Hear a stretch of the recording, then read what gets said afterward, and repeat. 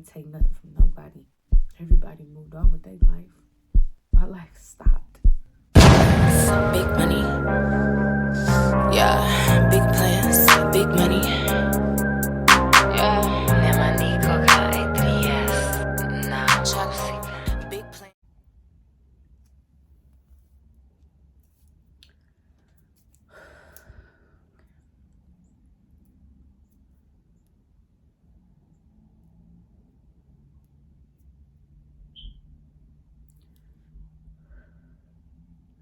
This video is definitely going to be a little different than anything you probably will or have already seen on my channel. It's been a lot of things fighting me in the inside not to do this video, only for the simple fact that I was too busy trying to protect people who at the time didn't protect me. And I feel like I'm not only doing this for myself, but I'm also doing this for somebody else out there who needs to hear this and know that you are not going through it alone. I know exactly what you're going through, like, and I know exactly where you at right now. And I pray that this testimony gets you to where you're trying to go. A lot of people may know and a lot of people may not know, but when I was around the age of 21 years old, I lost my son. And in this time frame of me losing my son, I wasn't really like comforted, if you can say that, like if that's the word. I wasn't really comforted by the people who were around me, people who were supposed to be my friends, my family, and things like that. People came around because they wanted to know what was going on. They wanted to know what happened and how did things, I'm sorry, it's freaking that. They wanted to be around because they wanted to know what was going on and how was I handling it and where were things gonna go from there. So anyway, I'm saying all this to say, around the time when I was like 21 years old, I had a child and I lost him. And I felt like that was the most difficult thing in my life because the way that I lost him. And I know it's a lot of questions and a lot of accusations and lies out there about how I lost my son, but I'm here today to tell you my story, and nobody can tell you my story. So instead of going around asking people, or talking or speaking about me, it's best to just ask someone how did they get through it instead of tearing them down because they got through it, if that makes sense. But I just wanted to get on here to let you know that you're not alone, and I'm about to show you how. So I was about 21 years old, and my sister and her man at the time, they had asked me to house sit for them. And at the time, I knew I shouldn't have, had anyone come over. I knew I was wrong. And I accepted full responsibility for what took place.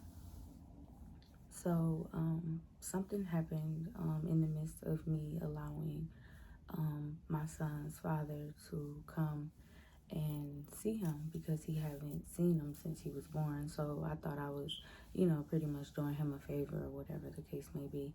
And he came over or whatever, and after that, shortly after, I had a nail appointment. So I leave to go to my nail appointment, and I take my son with me.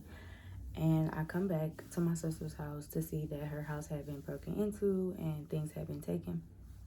So now I'm panicking and I'm, losing it because I know for a fact who did it.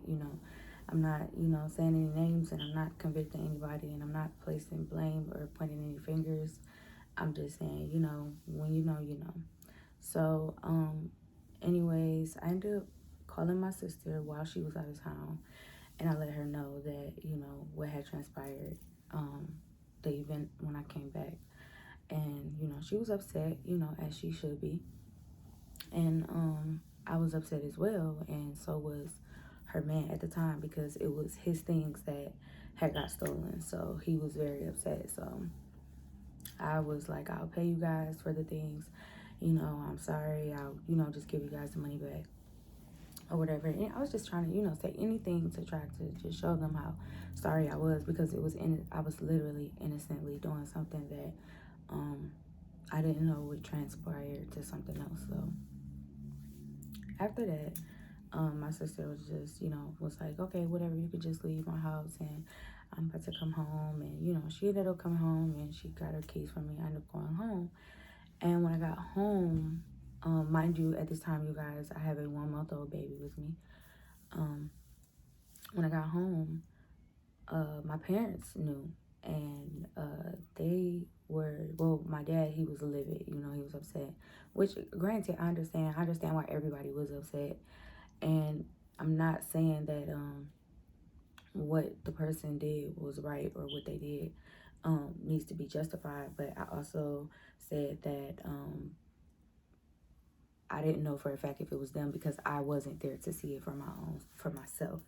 I just knew who I allowed to come into my sister's space. So I took blame for that, because I knew that I had opened the door for someone. So after that, my dad, he's livid, he's going off, and he's just like, you don't listen, and you just don't think, things like that. He's just upset, and he's like, you know what, because I was like, well, I don't know if he really did that, and basically just saying I didn't know for a fact, and my dad was upset, and he got upset that he felt as if I was defending him or something, but that wasn't the case. That was not the case. So after that, we ended up getting into a little argument back and forth, me and my father, and he told me that I had to leave. Mind you, I had nowhere to go. Absolutely nowhere to go. I had just moved out of my cousin's house, but she had moved to Texas, so I couldn't go to Texas with her because I had things going on here in Detroit, and I just didn't want to make that move. God didn't put it on my heart to make that move, so I ended up staying here, and I moved back in with my parents. After that, they put me out after the altercation, and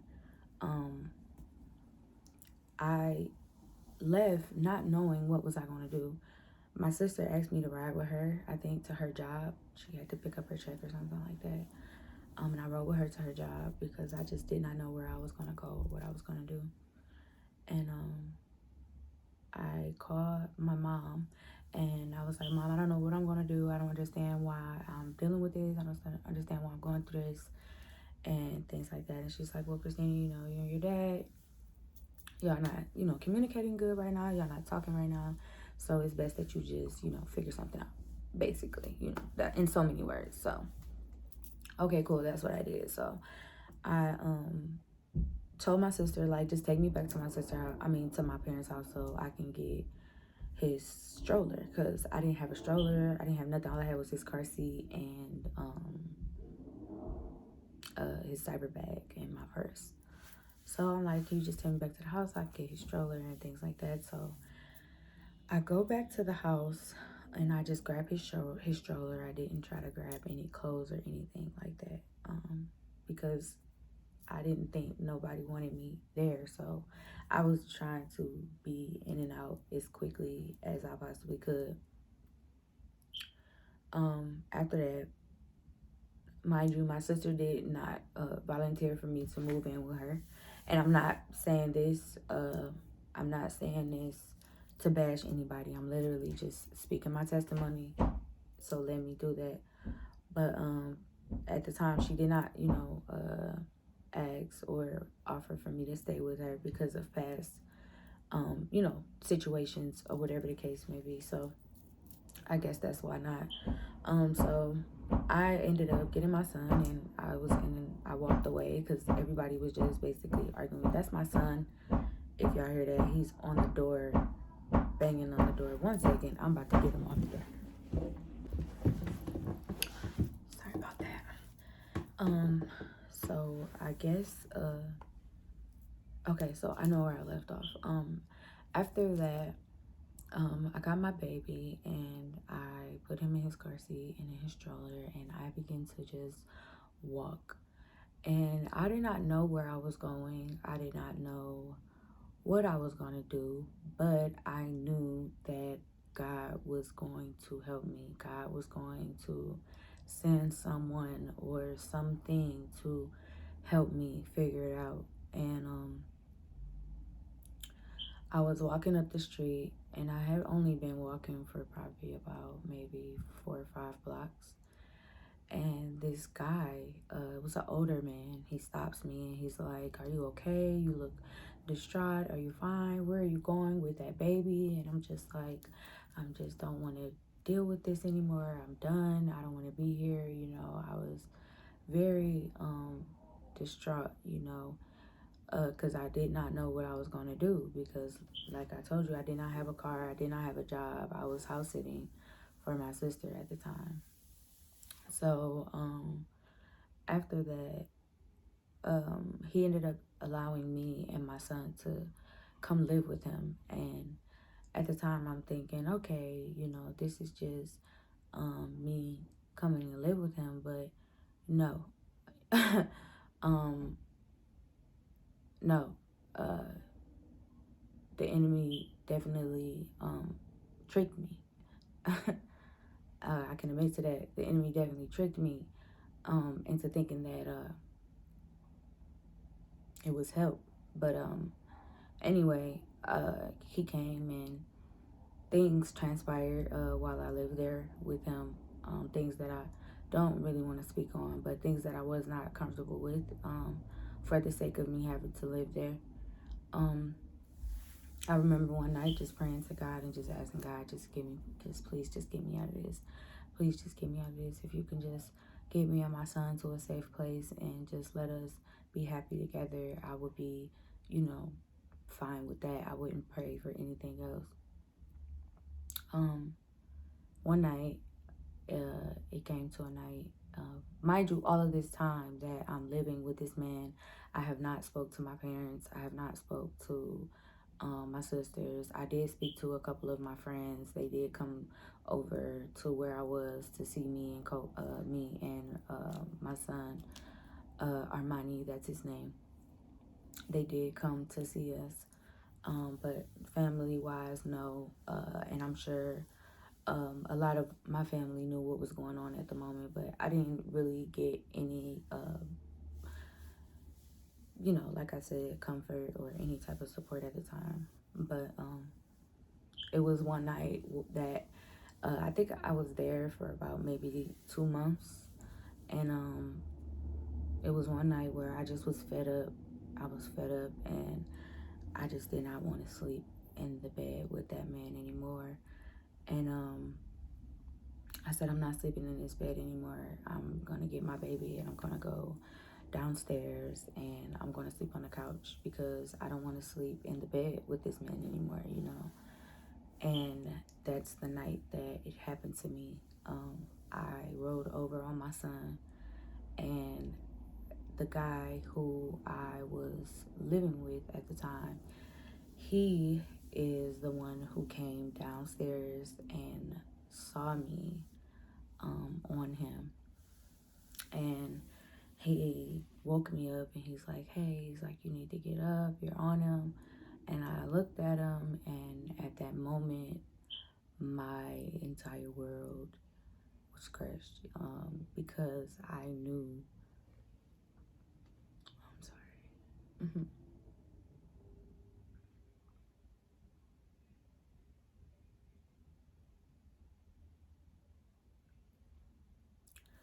I knew what had just transpired. So I'm screaming, I'm losing my mind, and at this point, I think the guy was trying to give my son CPR, um, to try to bring him back to life, and I just remember screaming. I just remember screaming. That's all I remember. Um, I remember calling my mom, and she didn't answer because the first couple times, because my mom is an epileptic. She has epilepsy, so she takes medicine at a certain time at night, and it also knocks her out for the rest of the night. So it's kind of hard to wake her up after she takes her medicine. And my dad was at work, but I called him, and when I called him, he instantly just dropped everything, and I'm sorry.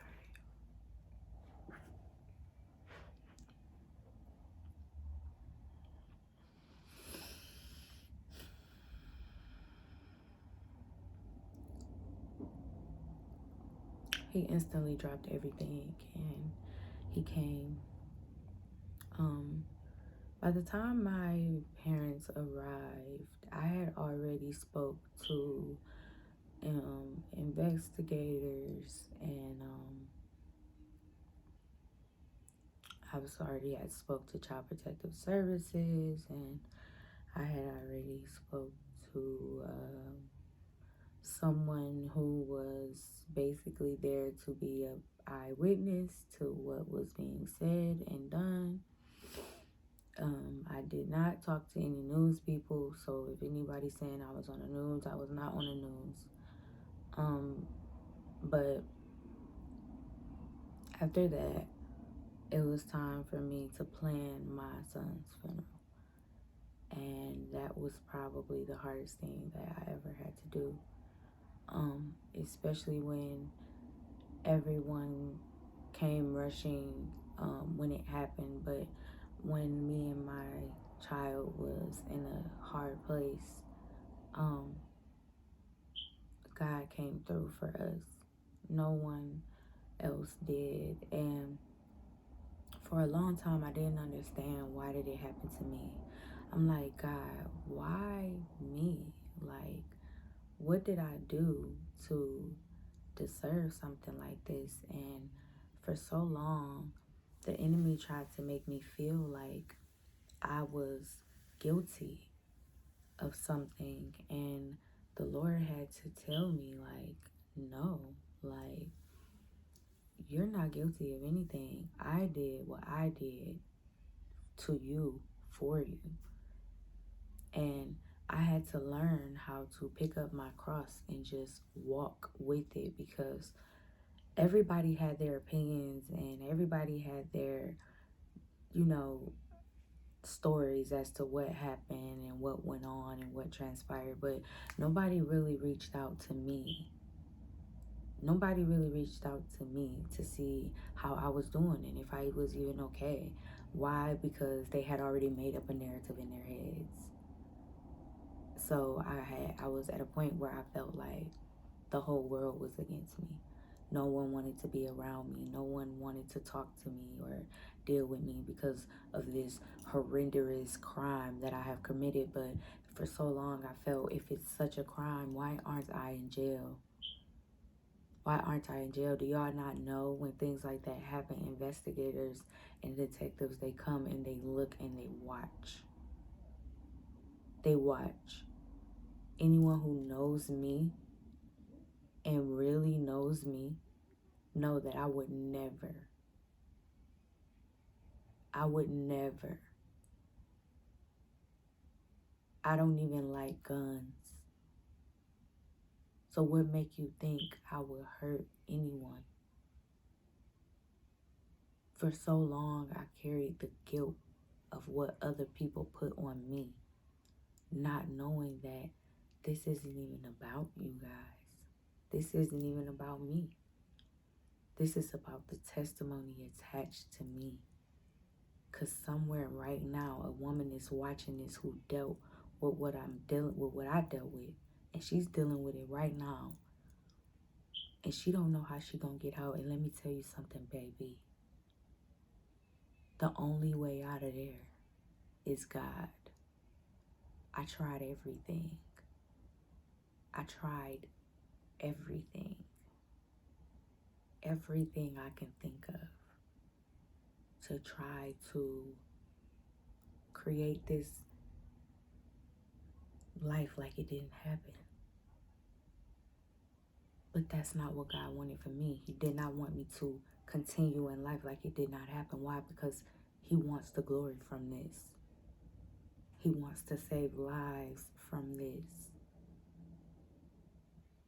When I say this has been sitting on me for 2 weeks, y'all, I was scared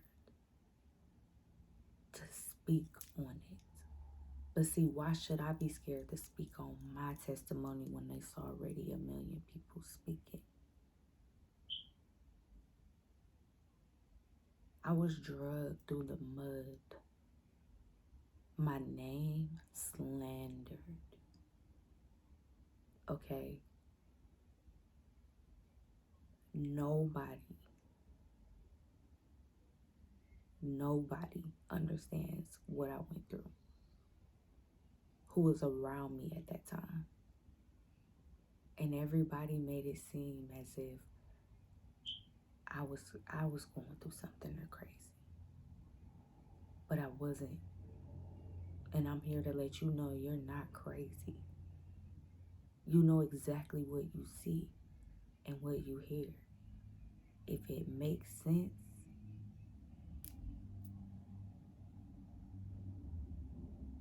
because you can allow what you see and what people say dictate your future. I was this close to letting them win, letting them take away everything that was promised to me. If I was not who God called me to be, I probably would be in the corner somewhere, crying my eyes out right now. Because I never learned how to get up and fight. But I learned how to get up and fight. I learned how to step up and I learned how to level up without the acknowledgement of others. Everything I did or do, I'm cautious. Because I always feel like God is watching me. I have to be careful of what I say and what I do. Why? Because He's an awesome God. And He has blessed me too many times for me to keep walking around here acting ignorant. I was broken into pieces. And He put me back together. That's why I'm able to sit here in this moment and tell you about it without breaking down or shedding a tear. I cried for 7 years. My son would be 8 next year. Well, 7. He'll be 7. So I've been crying for 7 in March. I've been crying for 7 years. But I'm also healed and healing at the same time. I never stated that I was perfect to anyone. I never portrayed myself to be perfect to anybody. So when this transpired in my life, it seemed like the whole world was shocked. What? Christina? But instead of being there for me, comforting to me, laughing with me, trying to at least, crying with me, they decided to slander me. But see, let me tell y'all how God to turn that thing around. The same people who kicked me while I was down, who, baby, it's the same people who came back to me and I had to pray for them. I had to pray for them. You don't know what it's like to have to pray for someone who had once betrayed you. You don't know. And if you do know, I want you to know you are not alone and you did not face something like that by yourself. God turned that thing around for me. I began to see blessings. But it was not when I thought it would come. My son is now 2 years old. I was blessed to have him in 2019. God gave me something that everybody else said wasn't going to happen. Everybody said, it's a girl, it's a girl, it's a girl. I knew what God told me. So I stayed faithful until it was time for me to give birth. And I got exactly what he promised me. He gave me visions of my son before I had him. I had dreams of Kobe. I'm saying this to encourage you that whatever God takes, he gives back. And I promise when he give it back this time, you can keep it. It's yours. Sometimes God shows us his faithfulness through our struggles. I did not become the woman I am today because of my parents, because of anybody else around me. I became who I am today because of God. God himself. They broke me down and he picked me up. And when he picked me up, I vowed to never run to anyone else when I was dealing with things. Because he always showed up for me. It's going to be times in your life where you're going to feel like God is not there. Because when I lost my son, I was like, God, where are you? Where are you? How could you? How could you let the enemy take him from me? But then I had realized he had been with me the whole time. He was with me the whole time. Because when those people came, that could have happened in any setting. That could have happened anywhere. But the fact that it happened with a witness. But see, that's why my sister just said this earlier. She said, God will give you a witness and he'll be the judge.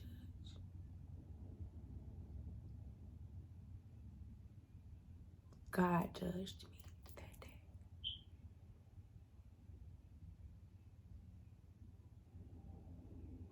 If I committed a crime, I would be in jail.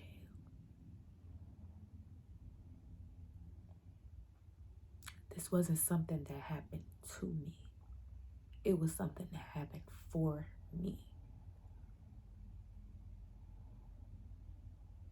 Know that the power lies within you to control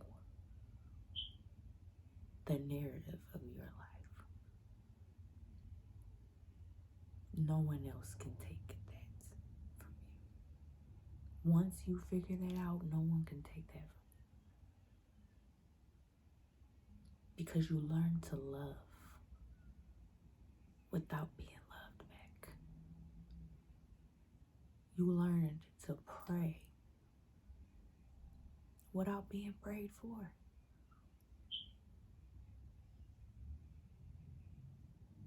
My oppressors who slandered my name, have to one day answer to him. And whether that be that they see me face to face and he moves them to apologize or whatever. However he sees fit.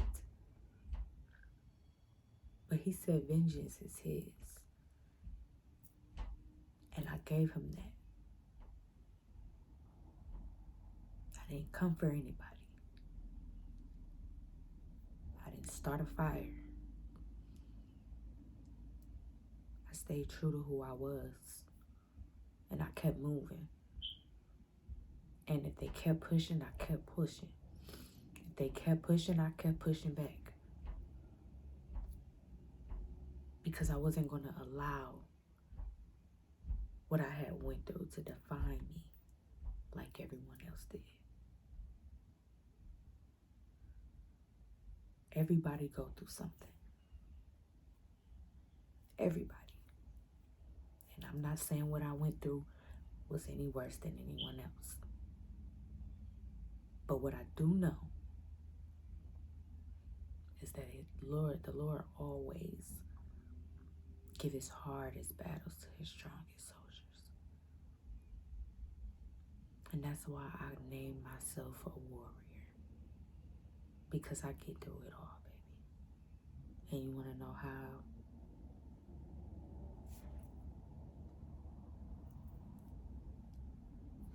That's how I get through. I don't turn to men. And I'm just now learning not to turn to vices. I always ran to God when I needed help, when I needed shelter, when I needed food, anything. Because anyone that I asked here in the natural, it was always no. No, I don't got it. Nope, I can't do it. No, you can't stay here.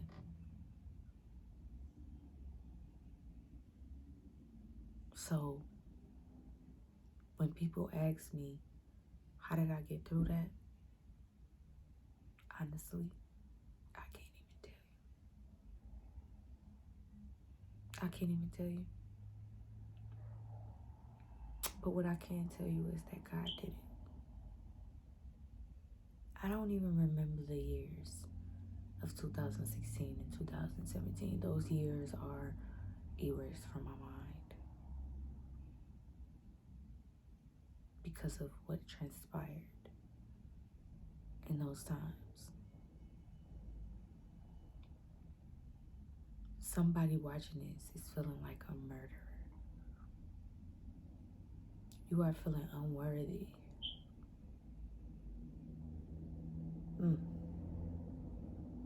The enemy is trying to make you think that God can't and won't use you because of what you've been through.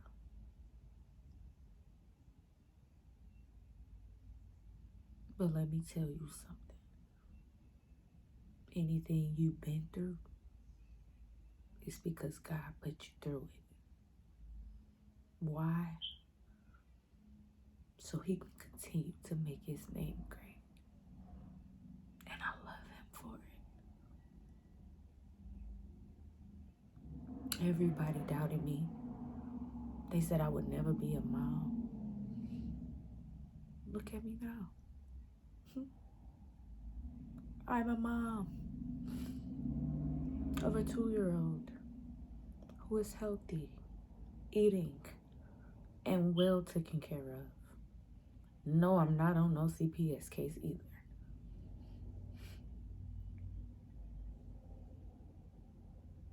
I always held it down for mine.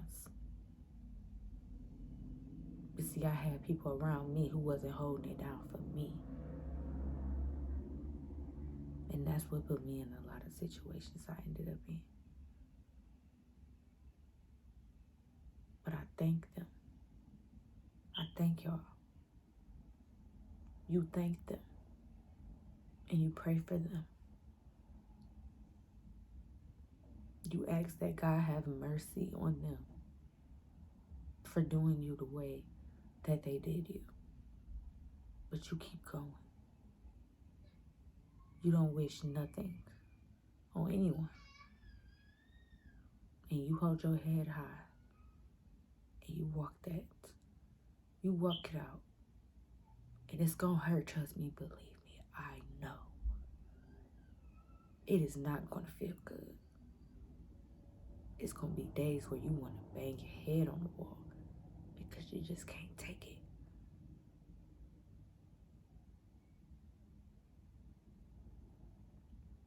Still to this day, my son's name is being brought up into conversations. But guess what? I don't have time to worry about what you're saying that God can hear.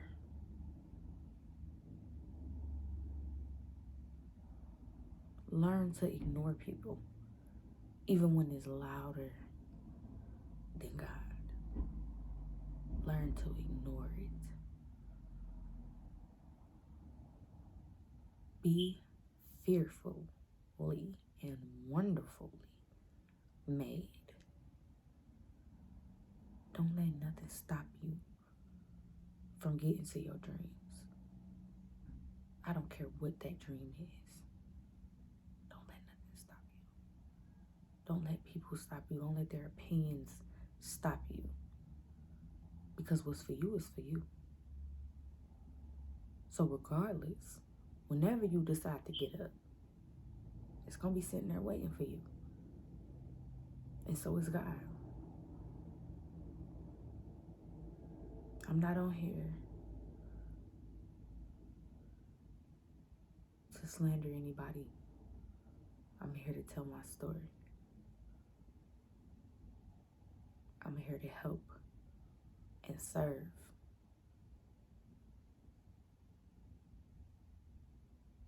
My name is Christina, and I too have a testimony for you. Don't be afraid. Never be afraid. Because God is with you always.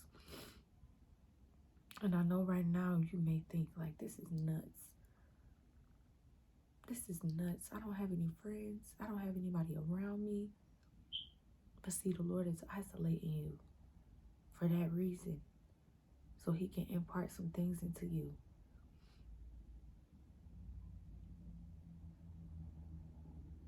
I don't have the spirit of fear. I have the spirit of confidence, love, and a sound mind. I don't allow opinions or gossip scare me because I've already faced the worst thing I could imagine. So that's more than enough reason for me to walk in it. Walk in it. Own it. Own it. Because nobody can do what you did. Nobody can do what you're doing. You making it. There's people out here that's hurting themselves. But I promised myself I would never do that to myself. And I promised God that I would share this testimony so that you wouldn't do it to yourself either.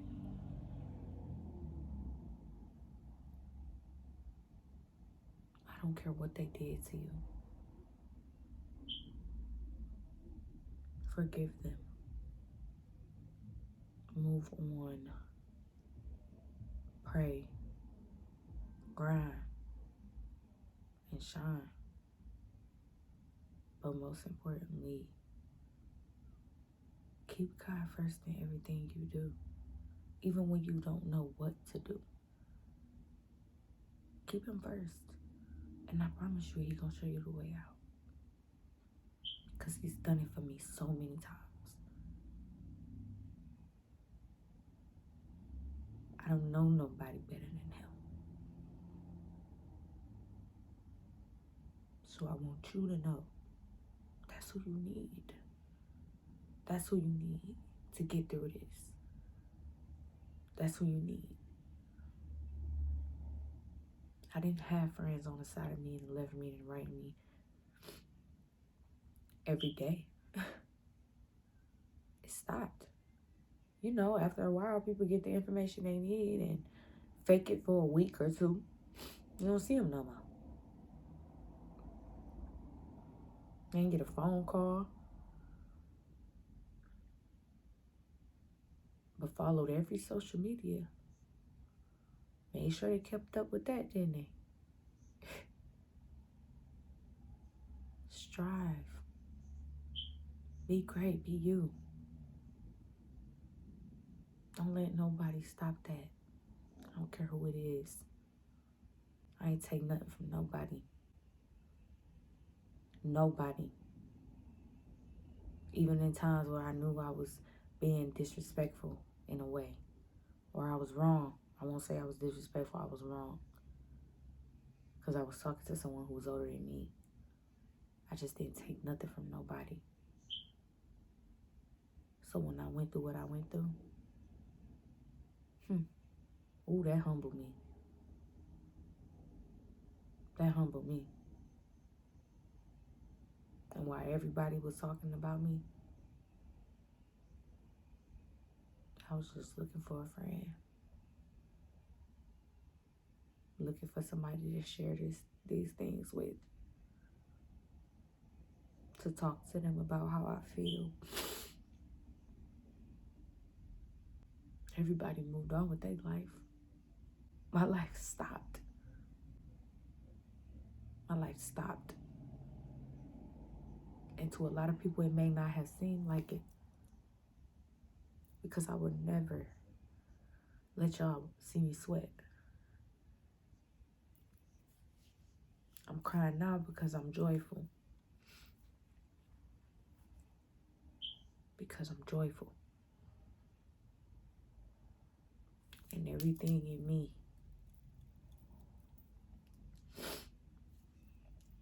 knows where my joy came from. Y'all gotta wake up and realize this is not a natural world. It's spiritual. Anything you go through is spiritual. Anything you are part of is spiritual. When you learn these things and you start to think about these things and really get closer to God, He's going to start showing you stuff. And it's going to freak you out. Because it freaked me out. But I was happy to also to be able to receive. Because I would still be with the same friends. I would still be in the same toxic relationships.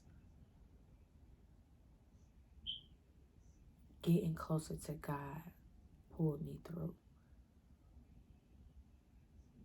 He held my hand the entire way. When I didn't even know what I was doing. When I didn't even know what I was doing. He made it a point to be there.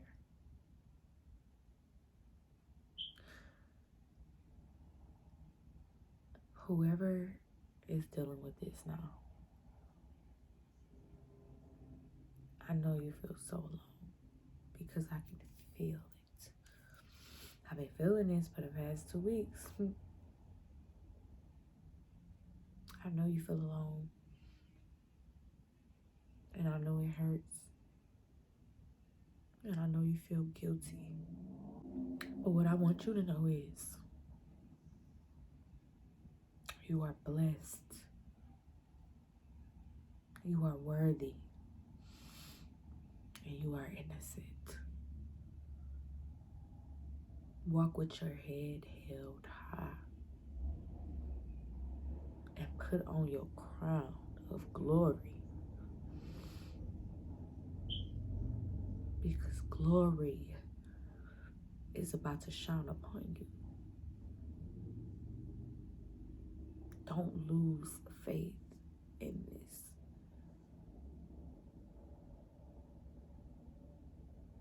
Don't lose faith. There's going to be a lot of people that's going to say, oh, well, you can have more, and things like that. Don't let that upset you, because that's just the enemy. That's just the enemy. Trying to make you forget about what you birthed. But you can't, because it's a ministry attached to it. So you can't just forget about it. You learn to walk in it. Stride with your head held high.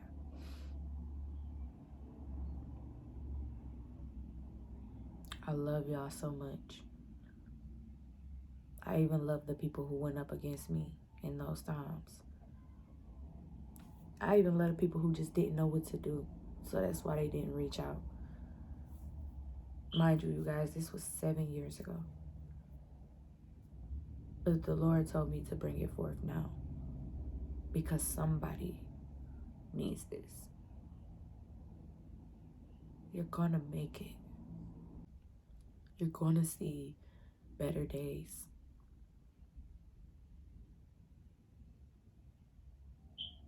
This is not the end. Because I thought my life was over, but it had just begun. So many lessons I learned in those 7 years. So many lessons. But I also know that my blessing is near, because I'm still holding on to God. And I'm not changing my mind about him. No matter what it looks like or what everybody say around me, I never changed my mind about God, because he never lied to me. He told me I would be a mother. I am a mother. You hear my son? He told me I will own businesses. I run my own businesses. He told me I will have a home. I have a home. I didn't have my own home until I was 27 years old. I'm sorry. I'm 27 now. I didn't have my own home until I was 26. 25, turning 26 years old. Actually, yeah, 26. I've been here for a year. My first home. I thought I was ready for it. I thought I was ready for it back then. No, I wasn't. I would have lost it. I would have mistreated it. Not treated it as such as what it was sent to be treated as. The Lord waited until I matured. And then he gave me my home. But he also gave me my son. First, he restored everything that the enemy took from me. And it wasn't nothing nobody could do about it. Nobody could stop it. Be encouraged. Be enlightened. Keep going. Don't stop until you get to your promise. I will do a part 2 on this video if y'all would like. I also want to just thank you if you watched it all the way to the end, because I know this is going to help somebody. It's not about me, it's about the kingdom, and I'm here to do kingdom work as well as entertain you guys. So I love y'all, and yeah, tell them if they want to know what happened, come check this video out. Yeah.